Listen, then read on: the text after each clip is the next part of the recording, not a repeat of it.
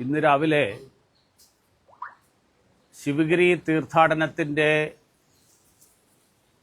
തീർത്ഥാടക സമ്മേളനത്തിന്റെ വേദിയിൽ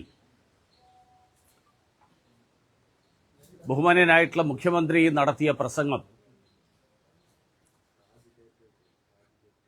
അത് ശിവഗിരിയുടെ പുണ്യഭൂമിയെ, സനാതന ധർമ്മികളെ മുഴുവൻ അധിക്ഷേപിക്കാനുള്ള വേദിയാക്കി മാറ്റുകയാണ് ചെയ്തത്.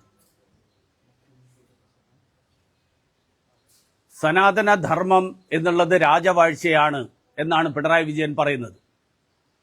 സനാതനധർമ്മം എന്ന് പറഞ്ഞാൽ വർണ്ണാശ്രമ ധർമ്മമാണ് എന്നാണ് പിണറായി വിജയന്റെ ഭാഷ്യം.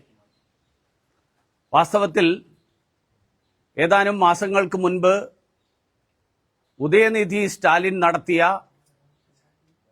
സനാതനധർമ്മം എന്നുള്ളത് ഉന്മൂലനം ചെയ്യപ്പെടേണ്ട ഒന്നാണ് എന്നുള്ള പ്രഖ്യാപനത്തിന്റെ തുടർച്ചയാണ് ഇപ്പോ പിണറായി വിജയൻ നടത്തിയിട്ടുള്ള ഈ പ്രസ്താവന. മുഖ്യമന്ത്രി സംസാരിച്ചപ്പോൾ അദ്ദേഹം മഹാഭാരതത്തെ അപമാനിച്ചു, കേരളത്തിലെ ഹിന്ദു സമൂഹത്തെ മുഴുവൻ അപമാനിച്ചു. എന്താണ് ധർമ്മം എന്ന ചോദ്യത്തിന് ഉത്തരമില്ലാത്ത, സംശയത്തിന്റെ ചോദ്യമുയർത്തി പിൻവാങ്ങുന്ന ഒന്ന് എന്നാണ് മുഖ്യമന്ത്രി മഹാഭാരതത്തെക്കുറിച്ച് വിശേഷിപ്പിച്ചത്. ഞാൻ ചോദിക്കാൻ ആഗ്രഹിക്കുകയാണ്, പരിശുദ്ധ ഖുർആനെക്കുറിച്ച് ഇതുപോലെയുള്ള ഒരു പരാമർശം നടത്താൻ മുഖ്യമന്ത്രിക്ക് ധൈര്യം ഉണ്ടാവുമോ? മുഖ്യമന്ത്രിക്ക് തന്റെ ഇടമുണ്ടോ? സനാതനധർമ്മം വെറുക്കപ്പെടേണ്ട ഒന്നാണ് എന്നാണ് ഇന്ന് മുഖ്യമന്ത്രി ആ വേദിയിൽ നടത്തിയ പ്രസംഗത്തിൽ നടത്തിയ പരാമർശവും പൊതുവായിട്ടുള്ള ധാരണയും.